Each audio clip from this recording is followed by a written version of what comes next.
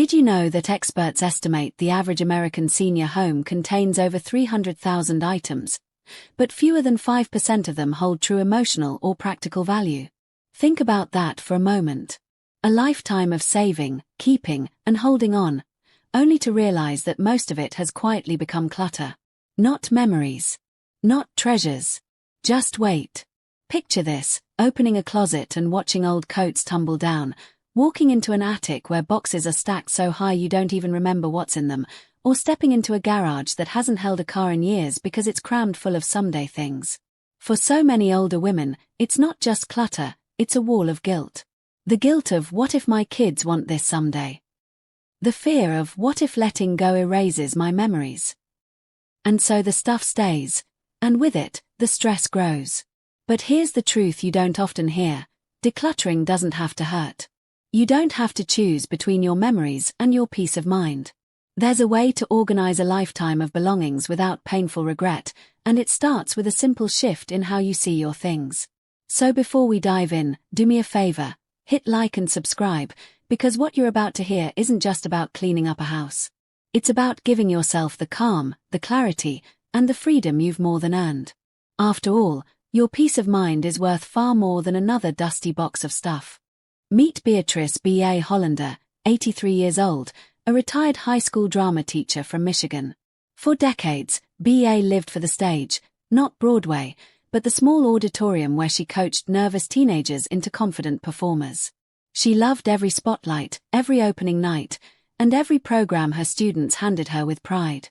And she kept them. Every single one. Over 50 years of teaching meant 4 full boxes of playbills stacked in her basement, each tied to a memory, each tied to a student's dream. But instead of joy, those boxes began to bring her dread. B.A. confessed she hadn't stepped into her basement in months because even seeing the stacks made her feel paralyzed. "How do you choose which memories to keep and which to let go?" she whispered. For her, it felt like betraying her past. The turning point came when her daughter gently introduced her to a simple step-by-step system, one designed for older women who struggle with both clutter and the emotions tied to it. B.A. realized she didn't have to keep everything to remember. She could keep the best and release the rest. She chose just a handful of playbills, the first show she ever directed, her daughter's performance, and her final curtain call as a teacher. The rest donated to the school's history archives, where they'd inspire new students. Instead of regret, she felt freedom. Instead of heaviness, she felt pride. B.A.'s story shows us the real secret. Decluttering isn't about losing memories, it's about choosing which ones to honor. Step number 1: start with no regret items. When B.A. first began her decluttering journey, she didn't march straight into the basement and rip open those boxes of playbills. That would have been too heavy, too emotional, and honestly, too overwhelming. Instead, she began where every older woman can begin, with the no-regret items. These are the things you know, deep down, you'll never miss. The expired cans of soup at the back of the pantry. The broken clock you swore you'd fix 12 years ago. The third potato peeler hiding in your kitchen drawer. These aren't keepsakes. They're noise. B.A. called this stage clearing the noise. She grabbed a trash bag, set a simple 15-minute timer, and told herself, "I don't have to decide anything big today. I just have to get rid of what's clearly done serving me." She tossed expired spices, dried-up glue sticks, and a chipped mug she never actually liked. Every item that went into the bag gave her a little more air, a little more courage. Experts call this a momentum strategy. Start small, build confidence, and let the early wins push you forward. Psychologists who study clutter and decision fatigue say our brains resist big emotional choices when we're tired. That's why beginning with no-regret items is so powerful. It proves to you that not every decision has to be heartbreaking. Some of them are easy, and those easy choices make the harder ones less intimidating later. B.A. noticed something surprising. Once she cleared out the broken gadgets and duplicates, she didn't just see more space, she felt more space inside herself. She described it as if her home had been whispering static, and by removing the obvious clutter, the static finally quieted down. That calm gave her courage to face the sentimental items later on.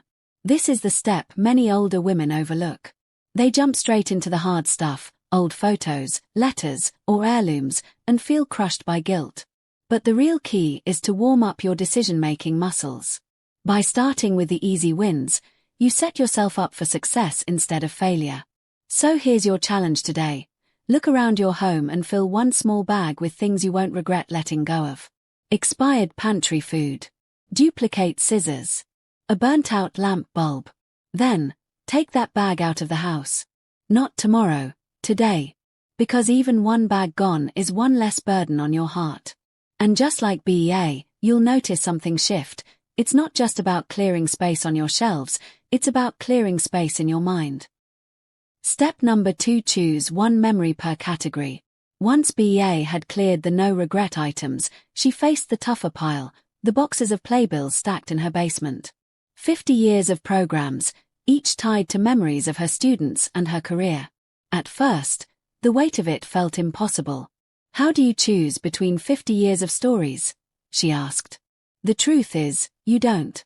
You don't choose between them. You choose one to represent them. This is the rule experts call the one memory per category strategy. Instead of keeping every object tied to a chapter of your life, you choose the most meaningful one, the one that carries the story, the smile, the essence. For BEA, that was her very first playbill as a drama teacher. She held it and remembered the nervous energy of her students, the applause at the end of the show, and the pride that made her career so rewarding. By keeping that single playbill, she kept the memory of all the others. Psychologists who study memory say this works because our brains don't actually need every physical object to recall the story. One powerful cue, like a photo, a ticket, or a letter, can unlock decades of memories. The rest, they weigh us down more than they lift us up. BEA said it perfectly. I realized I wasn't losing hundreds of memories. I was keeping the one that carried them all. This method also relieves the guilt that stops many older women from decluttering. Instead of feeling like you're throwing away your past, you're simply curating it, deciding what deserves the honor of space in your home. That shift makes all the difference.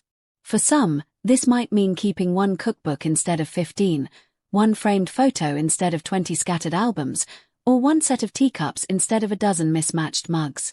The key isn't the object, it's the story it represents. BEA didn't stop at playbills. She applied this rule to other categories too. She chose one rolling pin from her kitchen, the one her mother gave her when she got married, one quilt from her guest room, handmade by her grandmother, and one costume from her year's directing plays, a shawl she wore in every rehearsal. Each choice made her lighter without stripping her life of meaning. Here's your challenge. The next time you feel stuck, ask yourself, if I could only keep one from this group, which one tells the story best? Keep that. Let the others go with gratitude. Because the truth BEA discovered is this. You don't need 100 objects to keep 100 memories. One is enough to keep them alive forever. Step number 3: memory without the mess. After BEA chose her one memory per category, she faced another question. What about all the other playbills? What about the letters, the photos, the recipes written in her mother's handwriting? Throwing them away outright felt too harsh. That's when her granddaughter introduced her to the idea of digitizing memories. Instead of losing them, BEA could transform them. Her granddaughter set up a small scanner on the kitchen table, and together they fed in dozens of playbills. In just a few hours, those decades of papers became a sleek digital book, something BEA could open on a tablet, flip through like a real program, and even share with former students on email. When she saw her memories living on screen, without taking up boxes in her basement, she cried with joy. It felt like I got my past back, without the weight, she said. This isn't science fiction anymore. In 2025, public libraries across the US, from Michigan to California, are offering Digitize Your Memories workshops specifically for seniors. They teach older adults how to scan photos, record voice stories, or even convert VHS tapes into digital files. And the best part?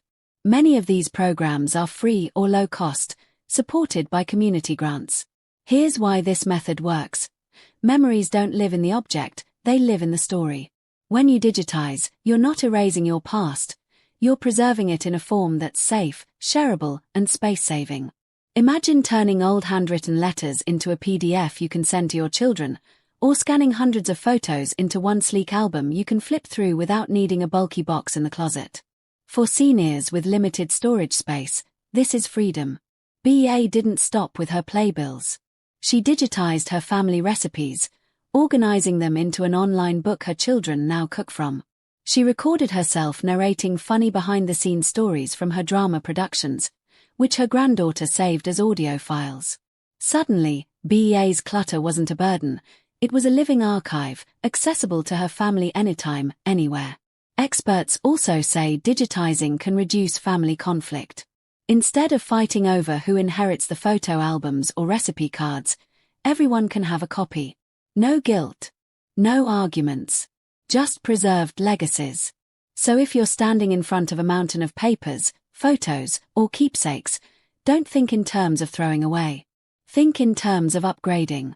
With just a smartphone or library scanner, you can turn boxes of clutter into treasures that fit in the palm of your hand. BA summed it up best: I learned I wasn't letting go of my memories. I was letting go of the mess. Step number 4: the blessing forward rule.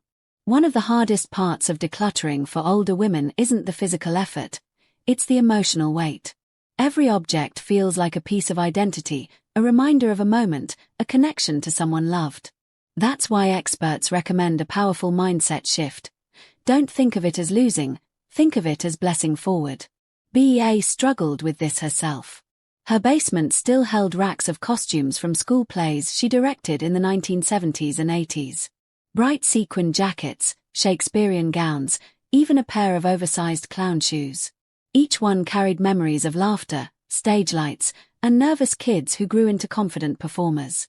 For years, she couldn't bring herself to let them go. But when she discovered a local community theater group that welcomed donations, everything changed. Handing over those costumes didn't feel like saying goodbye. It felt like she was passing the torch. BA said, "When I saw those kids wearing the very costumes my students once wore, it was like I was still part of the stage, just in a new act of the play." Instead of regret, she felt pride. Her belongings weren't collecting dust anymore. They were living on, sparking joy for someone else. And this is where the blessing forward rule shines. That box of cookbooks. It might overwhelm you, but imagine it in the hands of a new bride learning to cook. Those extra blankets stuffed in closets. Picture them warming a family this winter. Even furniture you no longer use could make a struggling young family feel at home. When you reframe donation as an act of generosity, the guilt melts away. In fact, new data from 2025 shows that donation centers across the US are reporting record levels of senior contributions, especially in clothing, furniture, and books. Why? Because more older women are embracing decluttering not as throwing away, but as community care. Churches, shelters, schools, and theaters are grateful for these items, and many even send handwritten thank you notes or pictures showing how donations are used. BA now says this is the step that healed her heart the most. She stopped thinking, "What am I losing?" and started asking, "Who am I helping?" That simple question turned heavy boxes into blessings. And the bonus? Her home grew lighter, calmer, and more welcoming, without a single trace of regret.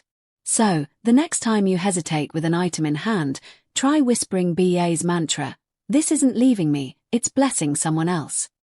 That perspective turns decluttering from a burden into an act of love. Step number 5: create a regret-free box. One of the biggest reasons older women hesitate to declutter isn't laziness or even lack of time, it's fear. Fear of making the wrong decision. Fear of letting go of something and then wishing it back. That "what if I regret this?" voice is powerful. And that's exactly why experts recommend a simple but life-changing tool, the regret-free box. Here's how it works. Instead of forcing yourself to make a permanent choice right away, you set aside a medium-sized box or tote labeled unsure or regret-free. Any item that tugs at your heart but still feels like clutter goes inside. This could be old scarves you never wear, stacks of greeting cards, or knickknacks that once meant something but now mostly collect dust. The rule is simple: if you're stuck, don't freeze, just place it in the box. BA used this method when she faced the toughest part of her basement, personal notes and gifts from decades of teaching. There were framed certificates, student thank you cards, and even a mismatched collection of mugs inscribed with "Best Teacher Ever." At first, her instinct was to keep them all. But when the shelves started feeling overwhelming, she placed the one she wasn't ready to part with into her regret-free box and tucked it into a closet. Here's the magic. Months passed, and BA never once went looking for those items. Not once. That silence spoke louder than anything. She later said, "When I realized the box sat there untouched, it hit me, I didn't really need most of it. My memories weren't in those objects, they were in me." That moment gave her confidence to let the majority of the items go, without guilt, without second-guessing. And here's why this approach is so powerful for older women. It removes the pressure. You're not saying goodbye forever, you're giving yourself space to breathe. If, after 6 months or a year, you haven't reached for something in the regret-free box, you'll know in your heart it isn't essential. It's like giving your emotions time to catch up with your logic. In 2025, many senior organizers across the US are now teaching this very method in workshops because it solves the #1 barrier to decluttering, decision fatigue. Instead of spending hours agonizing, you give yourself permission to delay, but in a structured way. It's not procrastination. It's a gentle, dignified way of separating what truly matters from what's simply taking up space. BA now swears by it. She even encourages her friends, "If you're not ready, don't punish yourself. Just give it to the box and walk away." She says that little habit gave her back her sense of control. And the best part? When she finally let go of the box months later, she felt nothing but relief. So, if you're stuck today, don't force a painful choice. Just create your own regret-free box. Sometimes the most loving thing you can do for yourself is admit, "I'm not ready, yet." And often, that's exactly what sets you free. Step number 6: Daily 10-minute declutter. One of the biggest mistakes many older women make when facing decades of belongings is believing the only way forward is with a full-day decluttering marathon. But let's be honest, those marathons often end in exhaustion, sore joints, and half-finished piles that feel worse than before. That's why experts now recommend something radically different: the 10-minute daily declutter. 10 minutes might sound laughably small. But here's the secret. Consistency beats intensity every single time. Imagine setting a kitchen timer or the alarm on your phone. For just 10 minutes, you pick a single drawer, a single shelf, or even one small box, and focus only on that. When the timer rings, you stop. No guilt, no pushing past your limits. Just 10 minutes, day after day. BA swore this was the game changer for her. She once admitted, "I used to treat decluttering like a battle, me against the mountain of stuff. I always lost. But when I turned it into a gentle daily habit, it felt like sipping tea instead of running a race." Instead of being crushed under pressure, she began looking forward to her short sessions. Some days she filled half a trash bag. Other days she simply organized one drawer. But over time, those 10-minute sessions added up to visible, lasting progress. And here's what makes this method so powerful for women over 60. It respects your body's energy. At this stage of life, preserving strength, protecting joints, and avoiding burnout matters far more than speed. 10 minutes fits naturally into the rhythm of a day, before breakfast, after a walk, or while waiting for laundry to finish. It's enough to create momentum, but never so much that you dread doing it again tomorrow. In fact, studies on habit formation in seniors show that small, repeatable actions, like 10 minutes of decluttering, are far more likely to stick than overwhelming projects. By breaking the process into gentle, bite-sized pieces, you transform decluttering from a dreaded event into a lifestyle shift. BA loved the surprise effect too. She told her granddaughter, "The best part was looking back after a few weeks. It felt like magic. Suddenly whole corners of my home were open, airy, and free, and I hadn't even noticed the change happening day by day." That feeling of progress built confidence instead of regret. In 2025, many senior support groups across the US are promoting this exact method as part of wellness programs, because it doesn't just clear homes, it reduces stress and even lowers the risk of falls by keeping pathways clear. It's not just about neatness, it's about safety and peace of mind. So here's the takeaway. Forget the draining marathons. Embrace the daily 10-minute declutter. It's short enough to be kind, powerful enough to be life-changing, and steady enough to protect both your home and your health. Let's take a moment to reflect on the journey we just walked through together. We started with no-regret items, the broken gadgets, expired food, and duplicates that only add noise to our homes. Then we learned the power of keeping just one item per category, the treasures that truly tell our story while letting go of the excess. We discovered how to digitize memories, preserving history without drowning in boxes. We reframed donations through the lens of blessing forward, seeing them as gifts rather than losses. And we created a regret-free box, giving ourselves permission to take time with the tough choices. Finally, we embraced the 10-minute daily rhythm, a sustainable habit that transforms homes gently, day after day. BEA summed it up beautifully. With tears in her eyes, she said, "I didn't lose my past, I finally made room for my future." Her words are a reminder that decluttering isn't about erasing who we are. It's about honoring the best of our lives while creating space for what's still ahead. If BEA's story spoke to you, I want to hear from you. Drop a comment. What's the hardest item for you to let go of? Or, what's the first small step you'll try after this video? And don't forget, hit that like button, subscribe, and share this video with someone you love. Because peace of mind is worth more than any box of clutter. And before you go, here's a little teaser. Our next video is one you won't want to miss: 10 surprising clutter traps older women must break free from in 2025. These are the hidden culprits that drain energy, steal space, and sneak into every senior's home without notice. You'll be surprised at how many you recognize in your own space. So stay tuned, because your clutter-free, regret-free life is just beginning.